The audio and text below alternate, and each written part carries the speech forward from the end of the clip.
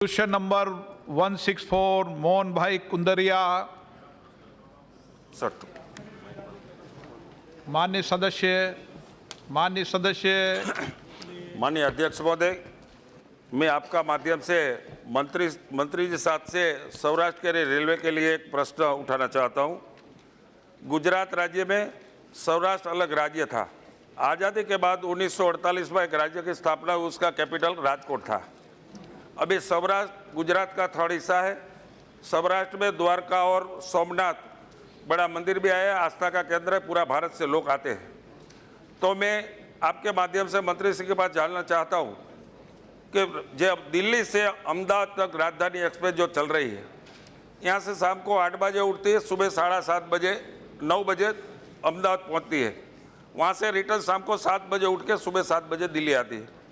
तो मैं मंत्री को ऐसा एक रिक्वेस्ट कर रहा हूँ, जो उसका मेंटेनेंस जो कार्य हो रहा है अहमदाबाद में हो रहा है, उसके अलावा जो सुबह से शाम तक 13 घंटा जो दिल्ली में पड़ी रहती है, वह जो मेंटेनेंस कार्य उस जगह पे होए तो अहमदाबाद से राजकोट तक एक अलग सुविधा मिल जाए, दिल्ली सौराष्ट्र को एक डायरेक्ट ट्रेन मिल जाए। इसलिए आपका माध्यम से मंत्री से मैं पूछना चाहता हूँ। सर, माननीय कुंडारिया जी बहुत अच्छा क्वेश्चन पूछा है। जैसा हमारा नरेंद्र मोदी जी दुनिया को जोड़ दिया है, वैसा वो भी राजस्थान और गुजरात भी जोड़ना चाहता है। इसके लिए ये समस्या जो है sir, Ahmedabad to Rajkot is 250 kilometres. वो 250 किलोमीटर्स जाने के लिए मिनिमम 4 आवर्स आना और जाना लगता है। 8 आवर्स इट इज़ रिक्वायर्ड। और 8 आवर्स रिक्वायर्ड तो मिनिमम फॉर सर्विसिंग के लिए, वो मेंटेनेंस के लिए मिनिमम 6 आवर्स इज़ रिक्वायर्ड। वो टाइम सेट नहीं होता है। आने वाला दिनों में वो स्टडी करके what best help we can do to the people of Rajasthan and Ahmedabad, Gujarat, will study that. माननीय सदस्य। माननीय अध्यक्ष महोदय, मेरा सप्लीमेंट्री वही है कि सौराष्ट्र जवाब आपका आएगा, ये सप्लीमेंट्री है। सौराष्ट्र में 70 साल तक रेलवे में हमेशा अन्याय हुआ, इसलिए कि श्रीनगर से राजकोट सिंगल ट्रैक होने के लिए उसके ऊपर रेलवे का भार 150% के ज़्यादा होता है, इसलिए नया ट्रेन हमको मिलती नहीं थी। नरेंद्र भाई की सरकार बनी, वो उसको डबल ट्रैक करने के लिए 1200 करोड़ रुपया हमने मंजूर किया। वो मंत्री का मैं आभार भी व्यक्त करता हूँ। दूसरा, राजकोट में जो हमको एम्स मिला, उसके आधार पे मैं प्रधानमंत्री और सरकार और आरोग्य मंत्री का बड़ा आभार व्यक्त करता हूँ। जो डबल ट्रैक का काम चल रहा है वो जल्दी पूर्ण हो और उसके आधार से सौराष्ट्र को ज़्यादा रेल मिले, ऐसा एक मेरा क्वेश्चन है। माननीय मंत्री जी, इसके बारे में हमने स्टडी किया है सर। माननीय कुंडारिया साहब ये बोल दिया है ना, इसके बारे में पूरा देश में डबल ट्रैकिंग का सुविधा चल रही है सर। वो जल्दी से जल्दी हम करने के लिए प्रयास कर रहे हैं। कंपेयर टू दी प्रीवियस 5 साल के पहले का अभी बहुत तेज़ी से काम चल रहे हैं। तो ये हम जल्दी से जल्दी ये सुविधा देने के लिए हम प्रयास करेंगे। Question number 165 Shrimati Kanimozhi ji. 160. Sir, is laid on the table.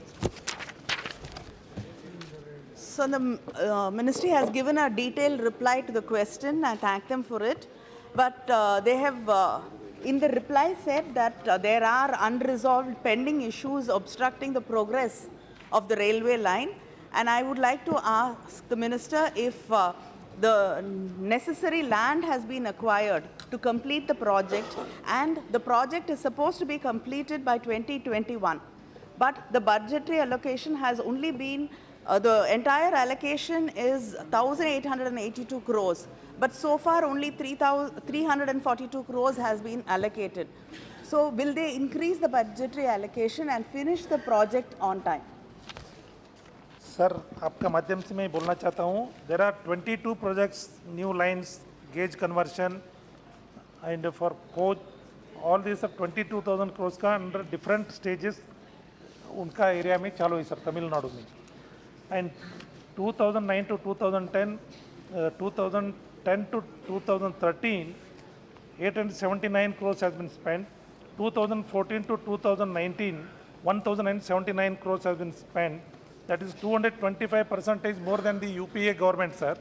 And still there is in Tamil Nadu. आपको सप्लीमेंट्री मिलेगा ना, सप्लीमेंट्री मिलेगा, उस समय आप सप्लीमेंट्री मिलेगा। माननीय सदस्य, Can I explain my question, sir?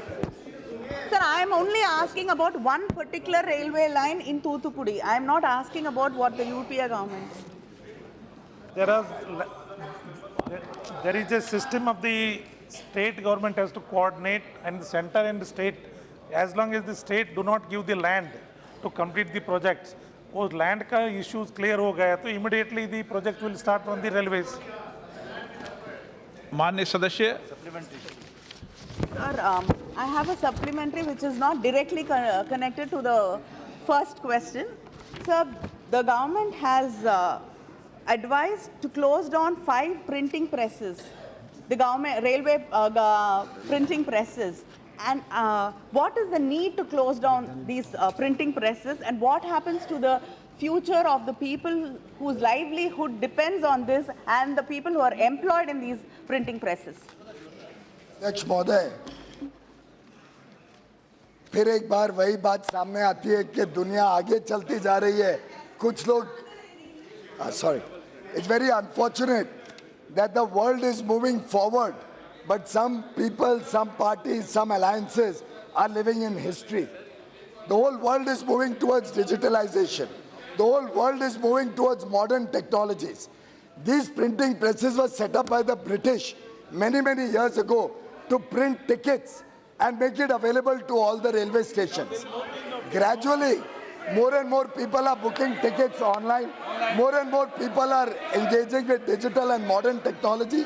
And the use of these printing presses has declined so drastically that they are totally uneconomical. Some of the tickets, Speaker sir, cost more to print than the total value of the ticket. Now, unfortunately, some people want us to continue so that tomorrow we'll be forced to increase passenger fares because they don't want us to bring efficiency in railways. We want to bring efficiency in the railways. To bring efficiency in the railways, some of these projects which are unviable are being closed out, and therefore all the people who are working there, their jobs are protected.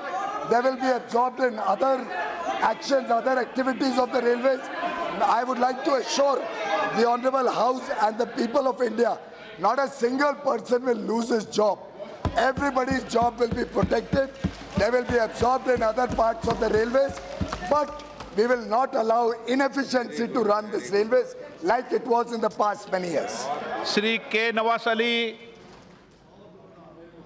Honorable Speaker, sir, thank you for giving me this opportunity. The train service between Karaikudi, Arandangi, Peraurni up to Pattukottai has been stopped due to unguarded level crossing. More than 35 unguarded level crossing are on this line. Due to this, the commuters are faced more problems, sir. I want to ask Honorable Railway Minister, whether the Railway Minister is going to debut guard all on unguarded level crossing. माननीय मंत्री जी. Sir, इसके बारे में detail लेके माननीय member को दिलाएंगे. मैं एक उनका जवाब दे देता हूँ. All across the country, we are proud that this government has eliminated unmanned level crossings in the whole broad gauge network in the country. There is not a single unmanned level crossing in the broad gauge network in the country today. This particular line may not be a broad gauge line, then there could be an unmanned level crossing, for which we have set up a protocol. As per that protocol, the train runs and stops, lets the person close the gates, then the train runs further. That is for unmanned level crossings on the narrow gauge or other gauges. But on the main line, the broad gauge network in the country, there is not a single unmanned level crossing today in the country. Question number 166. आपस में चर्चा नहीं करें. माननीय सदस्य, माननीय मंत्री जी, आप आपस में जवाब मत दें. ठीक है. Question number 166 Shri Vijay Kumar Dubey. आप रेल बजट पर चर्चा कर लेना, उस समय कर लेंगे. ठीक है. मान्य I've मंत्री जी, answered him. मान्य मंत्री जी, आप उनकी आज्ञा से जवाब मत दो। मैं बैठा हूं ना यहाँ पे। 166 श्री विजय कुमार दुबे।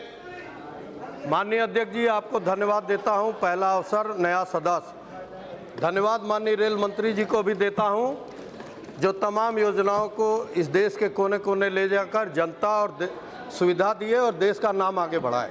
मेरा प्रश्न है माननीय अध्यक्ष जी, आपके माध्यम से नेपाल की सीमा और बिहार की सीमा से लगा इस देश का आखिरी छोर कुशीनगर जनपद, कुशीनगर लोकसभा क्षेत्र, पूरे दुनिया में शांति का संदेश देने वाले भगवान महात्मा बुद्ध की ये धरती, जो बहुत सर्किट एरिया है और विकास के दृष्टिगत आज तक काफ़ी दूर रहा, मिला है इस कुशीनगर लोकसभा को होम मिनिस्ट्री और defence ministry.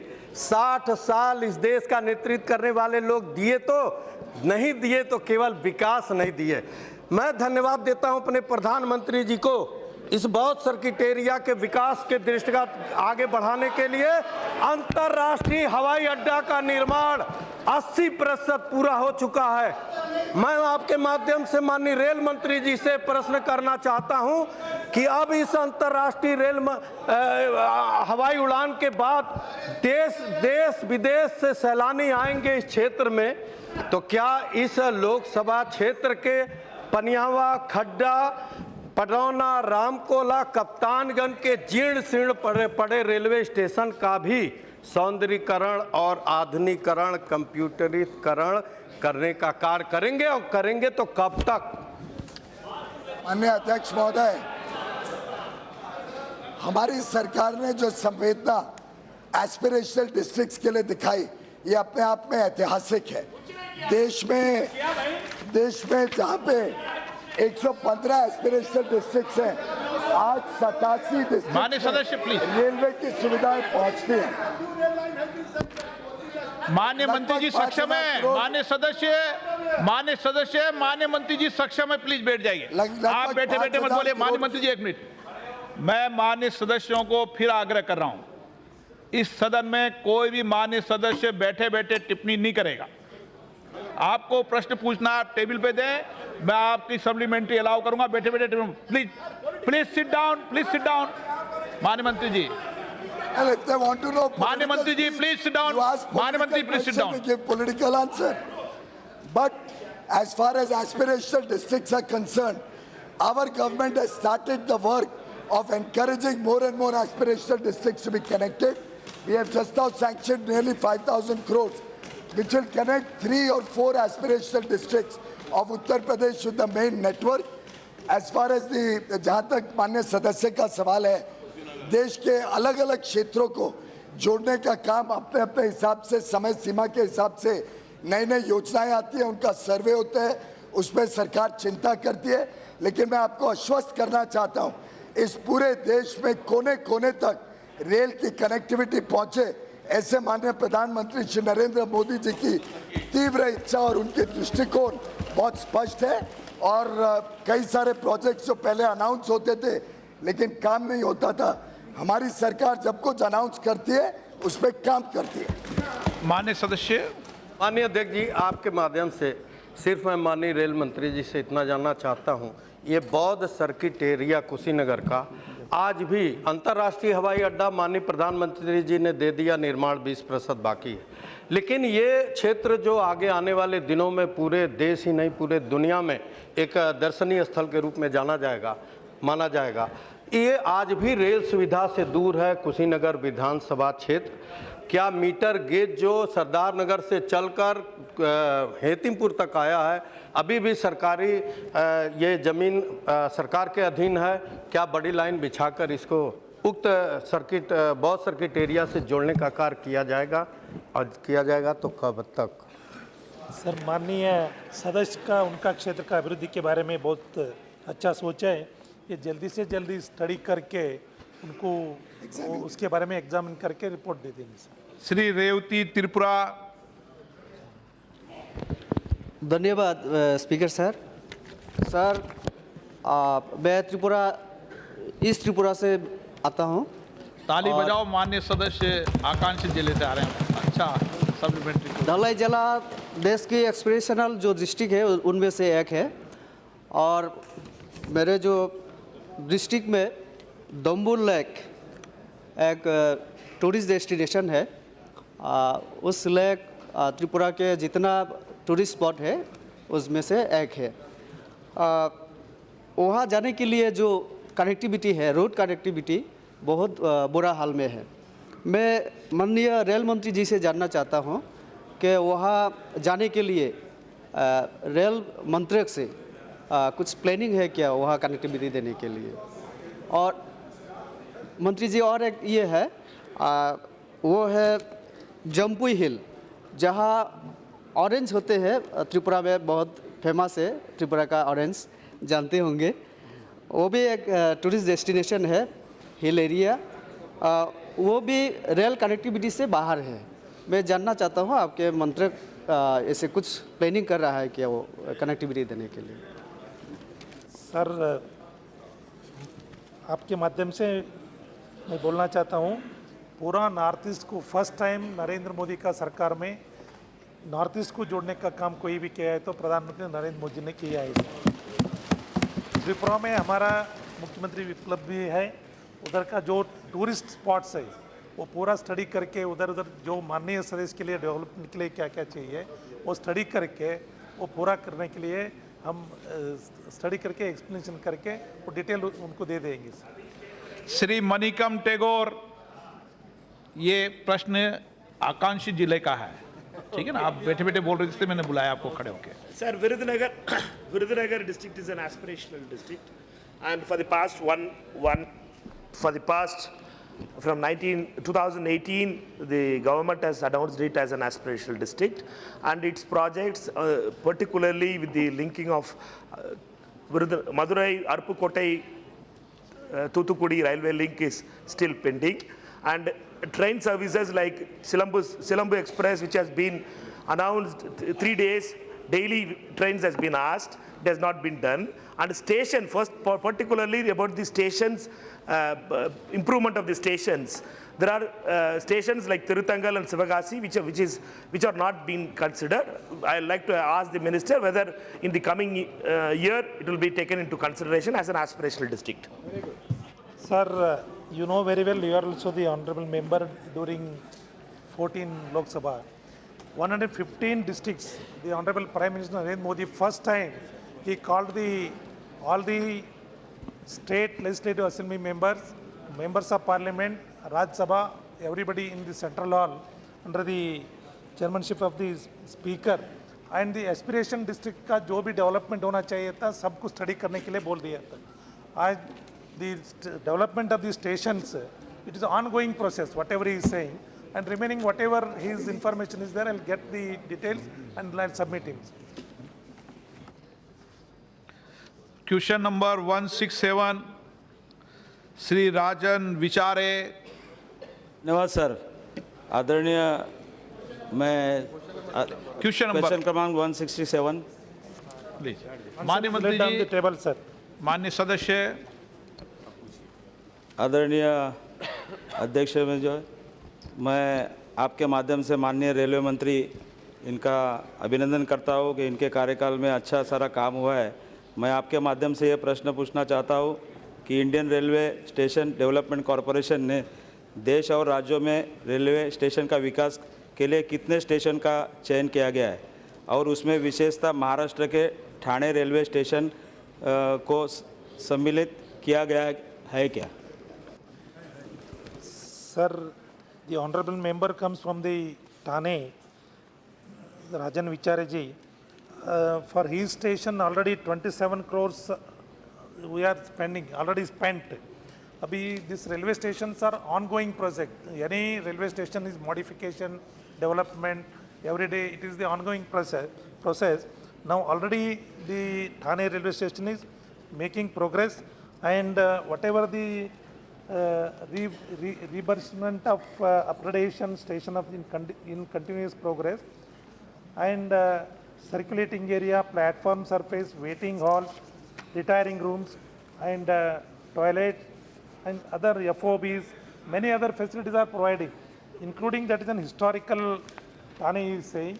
That also the historical places wherever the Mahatma Gandhi ji, Swami Vivekanand, ऐसा लोग किधर किधर गया है, वो भी we are taking into consideration for the showing the culture of the country in different stations.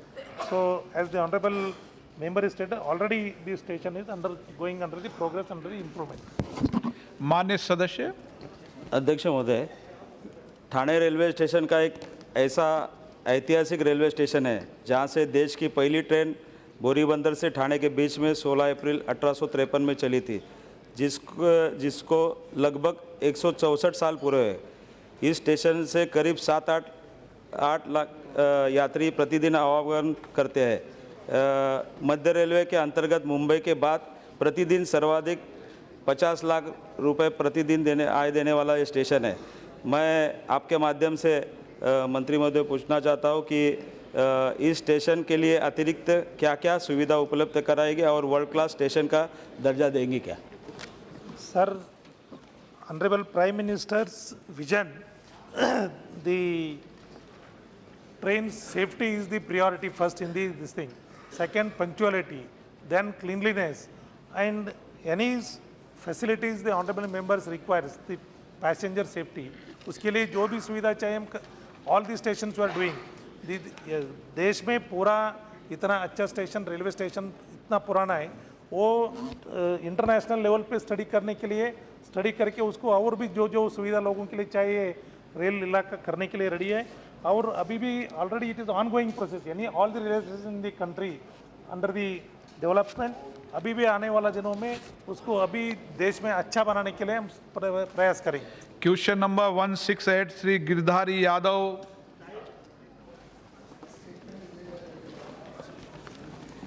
माननीय अध्यक्ष महोदय, भारत और सेंट्रल एशिया के बीच जो व्यापार का संबंध है बहुत पुराना है। जब भौगोलिक स्थिति अच्छी नहीं थी, बहुत विकट स्थिति थी, उसमें भी व्यापार हमारा और मध्य एशिया के बीच होता था। और मध्य एशिया के देशों का समुचित विकास नहीं होने के कारण बहुत सारे वस्तु दूसरे देशों से वहाँ मंगाया जाता है।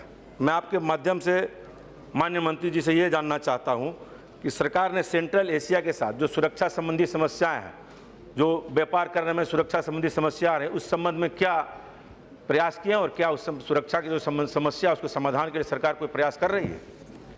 हमारे बहुत निकट संबंध, अच्छे संबंध हैं इन देशों के साथ।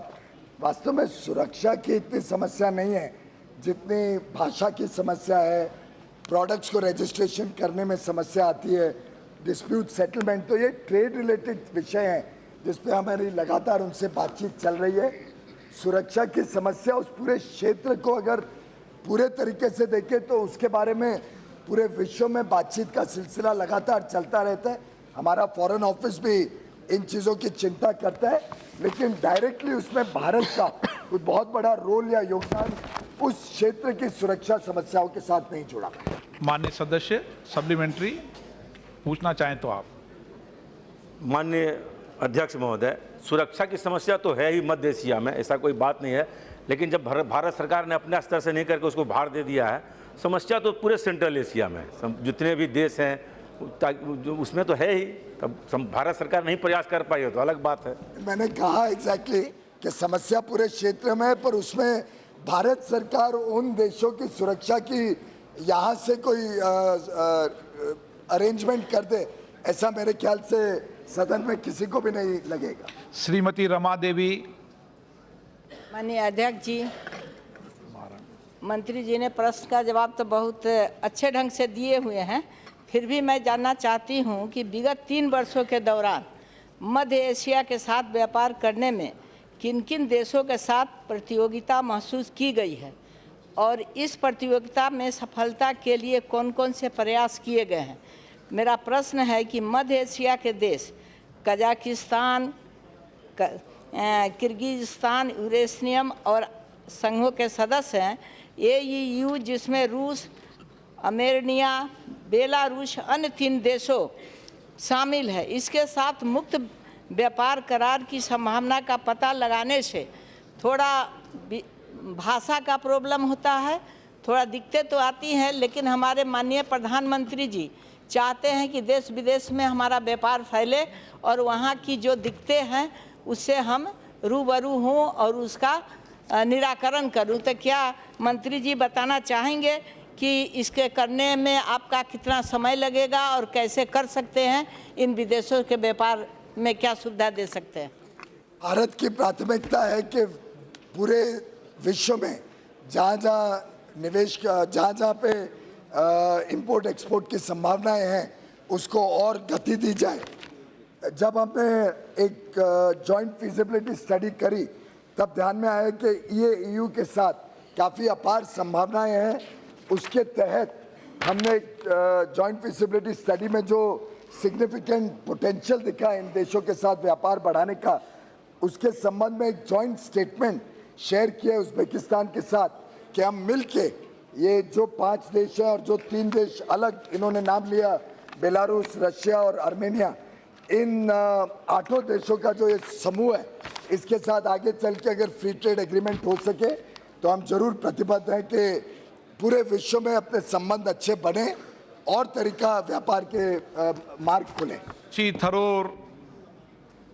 Thank you, Mr. Speaker. Mr. Speaker, the Honourable Minister has given some reasons in his statement as well as orally, but he hasn't mentioned the biggest obstacle, which is that historically our trade with Central Asia has gone through what is today Pakistan and the northern part of Afghanistan.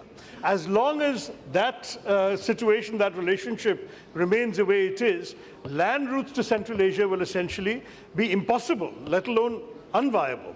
So the question is whether the minister would consider embarking on a serious effort to create regional comprehensive trade agreements with massive concessions in order to make up for the extra costs that would be involved in trade with these countries that would have to go by air rather than by land. And if you were to do that, I mean, specifically, there are many countries, as you can see, Kazakhstan is a fairly decent figure, but it's mainly oil and gas. We really need to do more in terms of actual finished goods, and these countries could be a market for our goods if we would actually make a gesture from our side as well. Thank you, Mr. Speaker. I would undoubtedly agree with the honourable member that there is huge potential for trade with these countries, but I would like to draw his attention to the answer part A and B, where we have talked of low accessibility and poor connectivity. Obviously, these are the barriers to trade with this region. In the days, coming days, we will try to work. The Honourable Prime Minister has developed very good personal relations with the leadership of these countries. The nation and the people-to-people ties between these two countries are also very strong. And we would certainly very much encourage bilateral agreements or an FTA with this region, but they normally work as the EAEU. So it will need a lot of engagement, and as the honourable member who was formerly handling the foreign ministry is well aware that these are issues that prolong over a long period of time. Every nation secures their own interests, their national interests, their national priorities. And the process has been initiated by our sending them the joint statement. And I can assure the honourable member that the government will be working towards a resolution of the free trade or some sort of arrangement with these countries. Question number 169, Shri Vishnu Dayal Ram. माननीय मंत्री जी. Sir, the answer is laid on the table. धन्यवाद अध्यक्ष जी. Railway द्वारा मानव रहित फाटकों को बंद किया जाना एक स्वागत योग्य कदम है और निश्चित रूप से मैं इसके लिए आदरणीय रेल मंत्री श्री पीयूष गोयल जी को धन्यवाद देना चाहता हूं, बधाई देना चाहता हूं। परंतु कभी कभी रेलवे मानव रहित रेलवे फाटकों को बंद कर देने से कुछ व्यवहारिक कठिनाइयाँ उत्पन्न हो जाती हैं। गांव यदि रेलवे लाइन के दोनों भाग में स्थित है तो एक भाग में स्कूल है, शिक्षण संस्थान है, सरकारी अस्पताल है, उन जगहों पर जाने में कठिनाई उत्पन्न हो जाती है। रेलवे द्वारा इन कठिनाइयों को दूर करने का भी प्रयास किया जा रहा है और आरओबी और आरयूबी और एलएचएस बनाने का भी कार्य किया जा रहा है। मेरे संसदीय क्षेत्र के 3 ऐसे स्थान हैं जो पंजरी कला है, लालगढ़ है और डाली है, जहां पर लोगों को असीमित कठिनाइयां हो रही हैं। तो मैं माननीय मंत्री जी से आपके माध्यम से जानना चाहता हूं कि क्या इन जगहों पर एलएचएस बनाने की कोई योजना है, रेलवे मंत्रालय बनाएगा?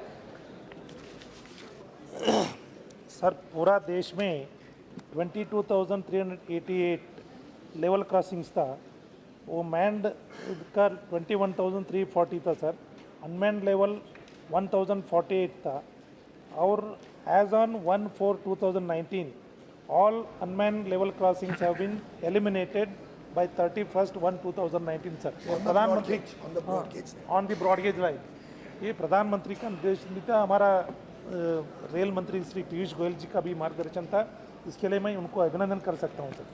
इसके बारे में सर 2009 एंड 2014 तक 5 साल में it was only 1,789, it was only 57%.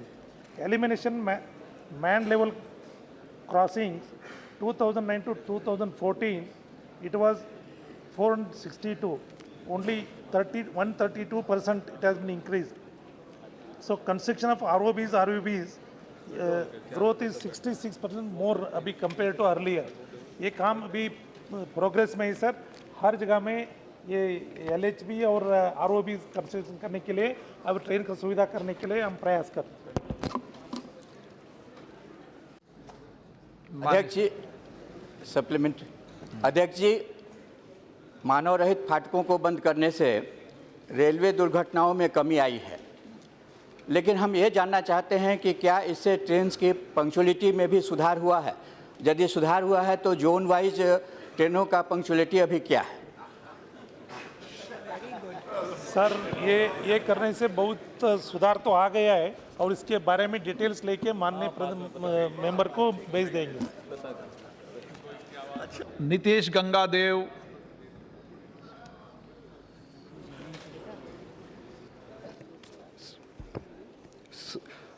Sir, Speaker sir, thank you sir for giving me an opportunity to talk here.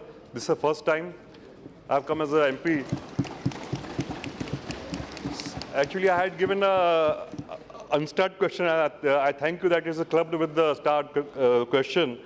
Sir, my constituency, Redakul and Hamra, these two constituencies are there where there is a unmanned level. So I request the Honorable Minister to see into the matter, sir. Thank you. Sir, the honorable member is very much concerned with his constituency development. I'll get the report from the officials and details उनको बाद में भेज देंगे। Shri Dayanidhi Maran. Statement that stated there are around 21,340 manned level crossings. When do you propose to eradicate them? And more specifically in Tamil Nadu, there are 1,419 manned level crossings in broad gauge and 9 in meter gauge. Please tell us specifically when will you eradicate in English, please? I'll certainly answer you in English. The honorable member is very rightly concerned, as are the other members here, that we have to quickly look at replacing the manned level crossings also with underpasses or overbridges. For that, the Railway Ministry is working with all the state governments. Wherever there is a large number of vehicles which are traveling on those LCs, we are focusing on them on a priority, particularly the ones which are on the cities, which are in the national golden quadrilateral. And therefore, the Honorable Prime Minister very recently, after the new government came in, has asked the Railway Ministry to work out a scheme by which, on a high priority, on the golden quadrilateral, which is the highest carrying capacity, highest operationally used rail network, we can quickly eliminate all the unmanned level crossings at the first stage. But ideally, the country will have to proceed towards eliminating. Tamil Nadu also on specific level crossings where the traffic is very high. We are working with the state government. All road overbridges, the policy is that 50% share is borne by the state, 50% by the center. On underbridges at the LC point, the railway spends the entire money, but we certainly have to prioritize where the demand of the passenger traffic, of the trucks or the freight or the vehicles is highest. They have to be given priority. After all, the total cost of a project of eliminating 21,000 manned level crossings would run into a few lakh crores. So it is obvious that it will take a few years when we will work in a graded manner.